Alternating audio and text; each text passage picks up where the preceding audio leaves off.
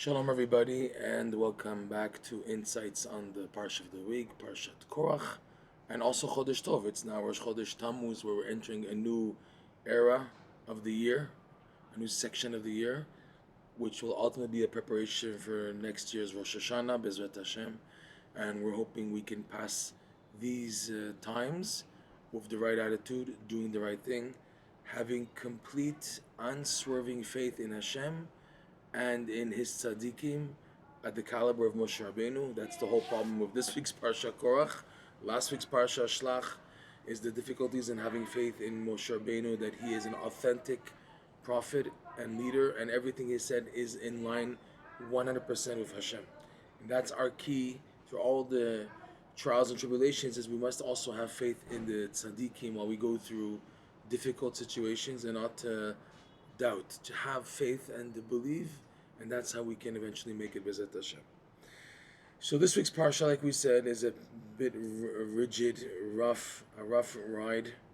It starts off with Korach, who wants to rebel against Moshe Rabbeinu, doubting everything he did retroactively, saying we all were at Har Sinai, we all heard the commandments of the first two commandments of Anochi Hashem Elokecha and Lo Yeh Lecha Elokim Acherim, that God is the Lord, you can't have any other idols. We all heard that, so we're all holy. Why do you have to rule over us? You, as the like the king, Moshe Rabbeinu was like a king. Vahi Bishur Melech, the verse reads, he was like a king, and your brother is the high priest, the Kohen. So and then you choose Elitzaphan to be the leader of the tribe of Kehat, which I'm from. I should be the one, so I'm going to rebel. Obviously, there's a lot of depth in Korach's reasoning and argumentation and everything, but he lost. He was swallowed up in the earth with the 250 Sanhedrin from the tribe of Reuven, plus thousands were killed with their earth swallowing them up. And then there was the plague by the Jews who remained. Those who also, after remaining, began to say to Moshe Rabbeinu, you and Aaron killed the Jewish people.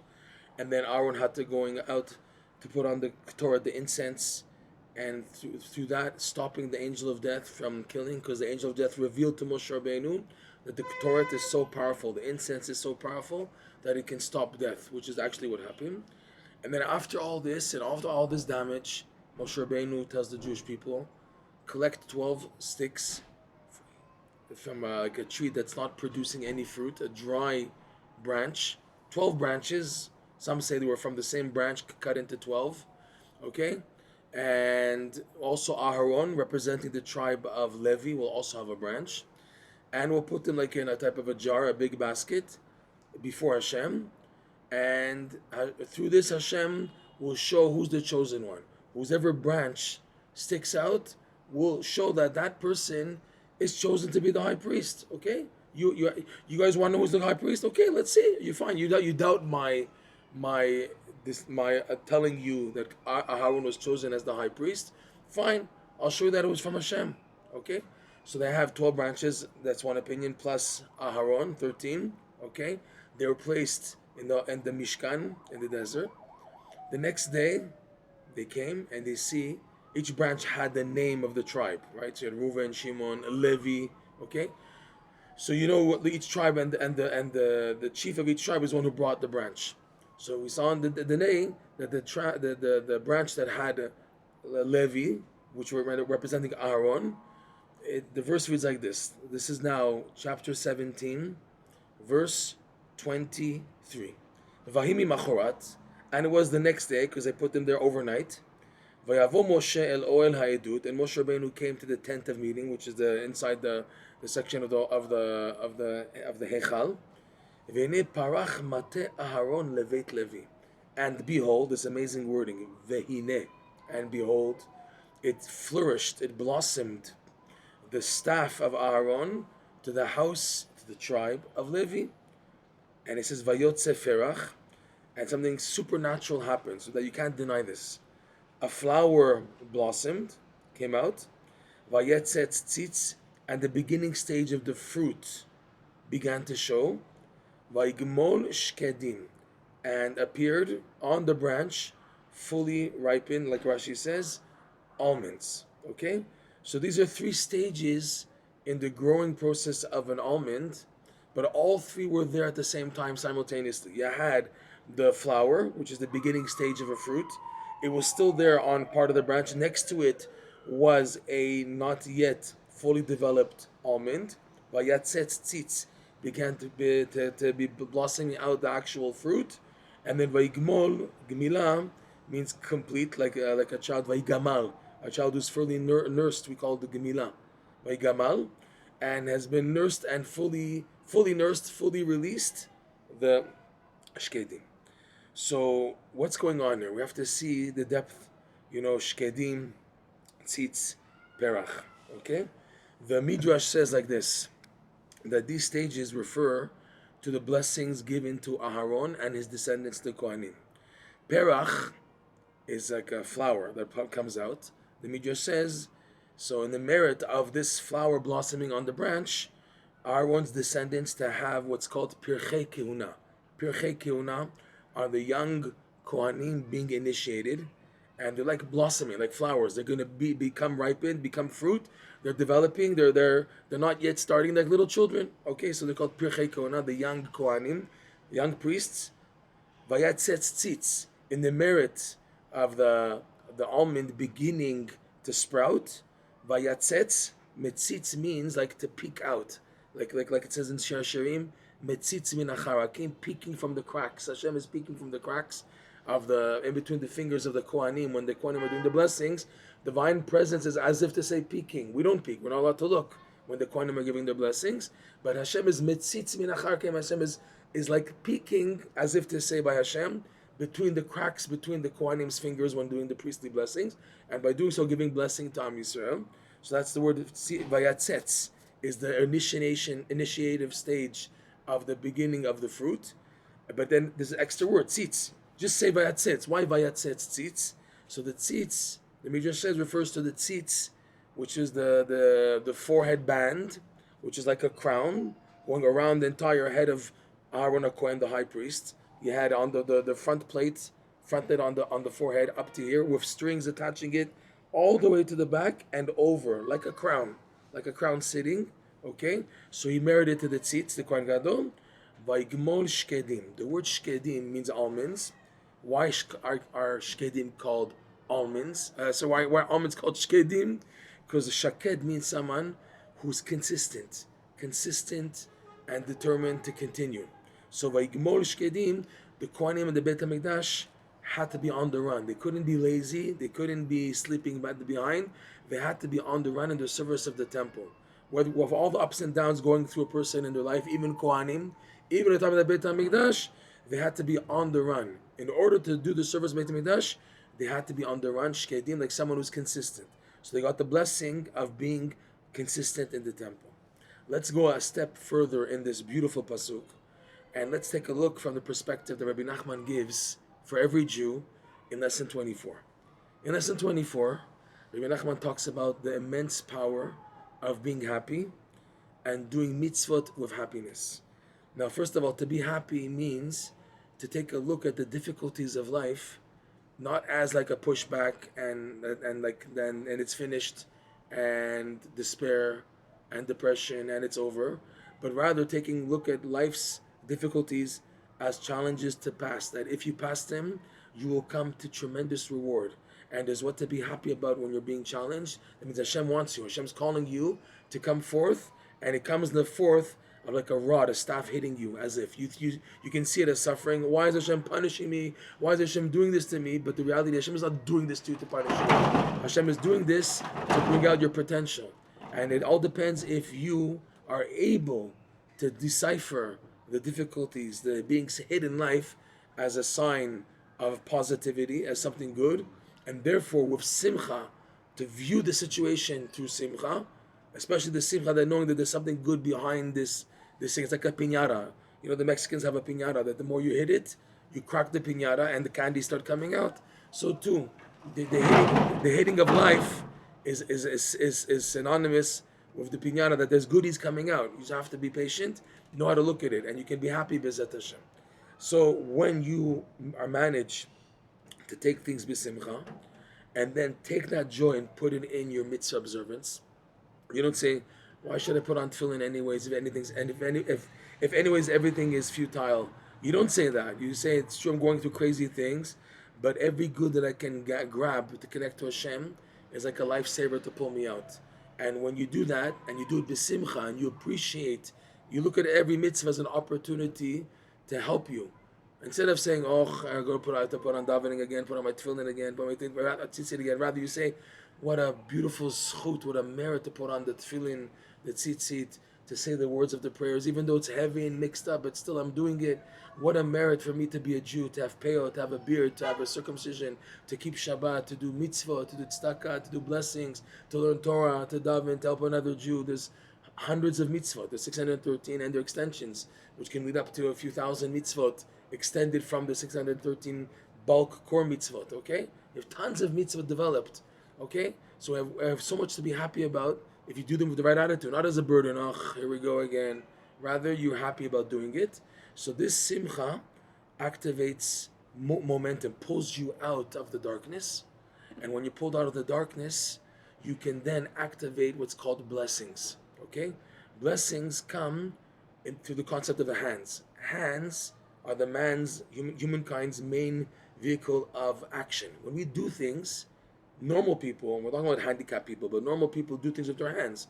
If it's writing a check, if it's typing on a computer, if it's baking bread, whatever, you do things with your hands, not just your mouth and your eyes and your ears. The main thing is asiyah, is of the hands. So when a person now is besimcha doing the mitzvot, it activates his hands, meaning he's in a positive attitude to do. To do also means to do chesed, to do for others, to do mitzvot, but to do others, okay? That becomes a key for bracha. You now merit to activate blessings. That's the idea of the hands representing blessings, because the idea of hands and blessings is now I want to do good for other people. I want to do good for not just for me. I don't want to be selfish anymore. I want to be helpful and outgoing. When you have that attitude of doing good and doing mitzvot, you activate bracha.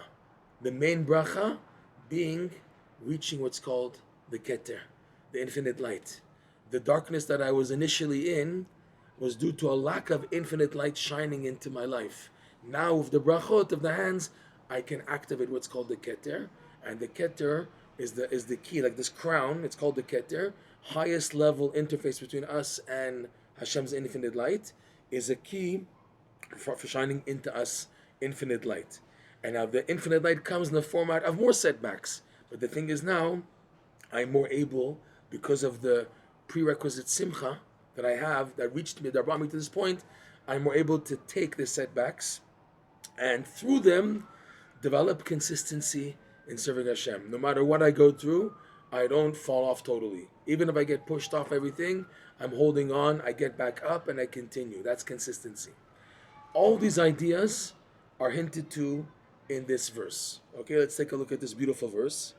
And it was the next day, Vayihi. The word Vayihi normally is something which is like woe. Like it says Vayihi b'mei Achashverosh. Anyone says Vayihi is something which is negative. So Vayihi b'machorat, meaning the next day, oh no, what's waiting for us? It's like in a way, a negative attitude. But instead of something negative, blessing happened. Vayavo Moshe l'ol ha'edut. So Moshe Rabbeinu went to the tent of meeting, okay, in order to retrieve the sticks that were put there, the 12 plus 1. Vehine and vehine. The word vehine in this week's parsha appears many times. Coming up, if you take a look at an upcoming verse, which talks about the priestly blessings, the 24 blessings that the Kohanim get. In other words, the gifts. Sorry, not in the blessings, but the 24 gifts that the Kohanim get. So the parsha starts off beautifully. This is chapter 18, verse 8. Vaydaber Hashem el Aaron. And so Hashem spoke to Aaron. Rashi said, didn't speak directly to Aaron. He spoke to Moshe to tell Aaron, Ve'ani hine natati lecha et mishmeret chumotai lechol kodshe b'nei Israel. And I, behold, I'm giving to you, this is part of the gifts already, the mishmeret of the trumot, to guard the trumot. In other words, you receive the truma from the offerings of the Jewish people. You get the truma that's lifted up from the fruit that require truma, the grains that require truma, etc. Lechol kodshe b'nei Israel. And then the Torah goes on to list all the blessings. But Rashi points out, look at Rashi's wording, beautiful. Okay? Va'ani Hine natati lecha besimcha. Hashem says to Aaron, Moshe tell Aaron, I behold have given to you Aaron and your descendants with joy. So Rashi points out, Lashon simcha huzeh. This format of saying hine is a language of joy. Hine, it's behold, it's ready for me to give to you. Kumo, like we find, hine hu yotze likratecha v'ra'acha v'samach belibo. Where else do you say hine? Amazing. When Moshe Rabbeinu doubted to take the mission to redeem the Jews out of Egypt, and he said, why are you taking me, Hashem? I have a brother older than me, 3 years older than me. He's already your prophet. Aaron is already a prophet in Egypt. Take him. Plus, he's going to be jealous. He's going to, what? My younger brother is better than me? So Hashem says to Moshe, you underestimate the greatness of your brother Aaron. You'll see that when he sees you coming back to Egypt to be the messenger to redeem the Jewish people, behold, he'll come out to greet you, because Aaron went out to greet Moshe at the border in Egypt, out of Egypt. He will go towards you, and he'll see you, and not like you think. He'll be happy in his heart. He'll have such joy. You have been chosen to redeem the Jews. I am so proud of you. I'm so happy for you. And the Rashi brings down that because of his true joy and not being jealous, not saying, oh, if I can't make it, then he can't make it. He didn't say that, Aaron. He said, wow, if I can't make it, at least the other guy should make it. If my younger brother is better than me, that he can be chosen, so let it be. So because he had such simcha, he was chosen to become the high priest and have the breastplate, the Urim V'Tumim, and the Choshen over his heart. Because his heart was such a good heart. Aaron's heart was the heart of someone who's always looking to help other people and give people. People like that, everybody loves. Everybody loves people who you can talk to them openly. You feel so good about them. You want to do for them also because they're so outgoing. They're so friendly, not like tough and making you feeling rigid and stressed and crazy. They're so comfortable. You can do anything around them and it doesn't bother them, and then you just respect them even more. So so the verse there also says Hine. Hashem told Moshe Rabbeinu, Hine, behold. It's not like you think. Aaron's going to come greeting you with joy. So Rashi uses this as a proof that the word Hine represents joy. So in our context, back to our verse, okay? Again, verse 23, chapter 17. V'hine, behold, out of joy. What was the joy? Parach mate Aharon leveit Levi. The staff. What is a staff? A staff is normally what you use to hit people with, right? The staff represents the difficulties that a person goes through in life. Yet, Aharon's staff, of his difficulty, he was able to take it with simcha, not as a negativity. He didn't take the staff, which represents dryness, because it's like a dry staff. It's not a fruitful staff. It's a staff that doesn't produce fruit. It was a dry staff, indicating you use a stick to hit and beat people. So the suffering, dry, I don't see anything to be happy about. Yet he took it b'simcha. So because he took it b'simcha, parach, it produced something unnatural and had a production. There is a continuity from this staff of something good. Something is blossoming from this staff of Aharon from the house of Levi. Aharon, who's chesed, from the house of Levi. Levi in the Kabbalah represents the idea of gvurot. That even though he's from the tribe of gvurot and he should be tough, he's so happy and appreciative. He transforms the staff into hine, okay? Hine, parach mataron leveit Levi. And the result is now, like we said, that when a person does mitzvot b'simcha, he then has momentum. Things began to blossom. There's blessing. So vayotze perach, first stage, he merited that now from his joy in serving Hashem with joy. Vayotze perach, there's now a blossoming. There's blessing. That's the idea of the hands. And then vayatzetz tzitz.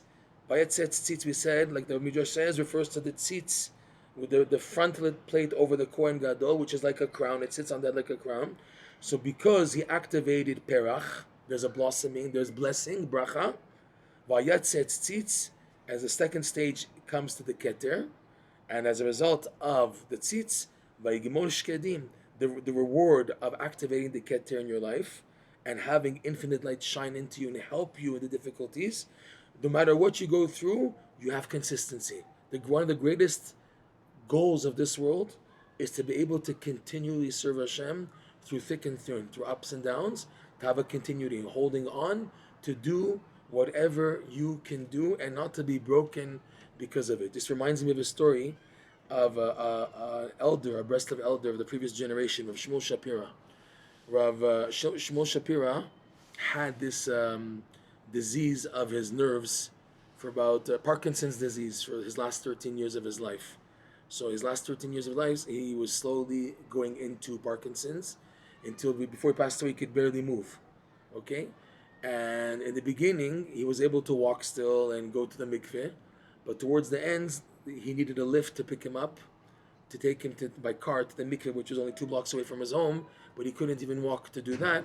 So and they knew the breast lovers knew how important it was for him to go to the mikveh every day, and if not every day, then before Shabbat. So they would work very hard to take him to the mikveh. But then, even before he passed away, he couldn't even do that anymore.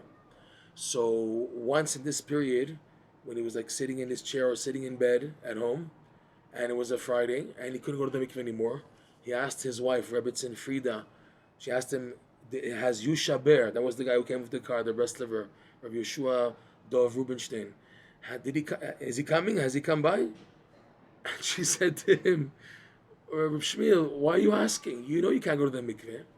So he said, at least I can ask. The least I can do is at least ask if he's coming. You know, he wants to be yotzeh, that he's like doing something for the mikveh. So he said, at least I can ask if he's arrived. So I have that part. So this shows consistency, that even if a person can't do, but he does what he can. He doesn't say, if I can't do it, so I just drop it totally. Most of us are like that, and it's very difficult. But the blessing of activating the keter is that you maintain consistency no matter what situation you're in life. And that's the idea of Vaygmol Shkedim. So this pasuk is revealing the blessing of activating the tzitz. It comes through Perach HaBracha, and the Perach comes through Vehine, which is Simcha. By being B'Simcha, you take the mateh, the stick that seems to be hitting a person, he thinks it's suffering and suffering. Why is Hashem making me suffering? But it's not suffering. It's like a piñata. There's candies in here. So I take it B'Simcha. And by that, transforming it as a perach, it begins, Vehine Parach, it begins to blossom. Something which is dead begins to show signs of life and hope and fruition. And then this leads to the stage of the bracha activates eventually the keter. And when you have the keter, you get the greatest gift, is having consistency. Vaygimol shkedim. Rav Nosson writes in Rabbi Nachman's wisdom, Sichot Haran, that even when Rabbi Nachman was very, very sick with his tuberculosis, which was killing him, he passed away young at age 38 because of tuberculosis for about 3.5 years. Still, Rav Nosson writes, Rabbi Nachman was very insistent on doing his best to sing all the Zmirot, all the Shabbos melodies at the Shabbos table. Even if he was in pain and he was suffering and he couldn't breathe, he worked so hard just to do something to continue to do. That's the idea of consistency no matter what. And these tzaddikim, obviously through their consistency, they're rewarded like crazy. A person has such reward. You say, what do you gain by doing that? Rosh Shapir, what do you gain by asking? There is a gain. There's a gain, and that only someone who's perceived the keter in life can understand what that gain is. We should be zoche, to be gomer shkedim, to produce shkedim, which means consistency. But that comes about that a person knows how to take the setbacks in life properly. Most people who get hit, who are sad and depressed, and then they get hit, they drop everything. But the people who are besimcha, even if they get hit, they have this gift of being consistent no matter what. No matter what they're going through, they continue holding on and doing their best no matter what. I'll do what I can do, and I won't drop it all. These are people who are retroactively showing that this is because of their simcha, because they have hineh in their life. They activate behold, and they're able to take the mateh in a proper vein. That's what eventually leads them to have gemilut of shkedim, where they're able to have lishkod al dalte Torah, to be consistent in Torah study, in prayer, in serving Hashem. Shabbat shalom and chodesh.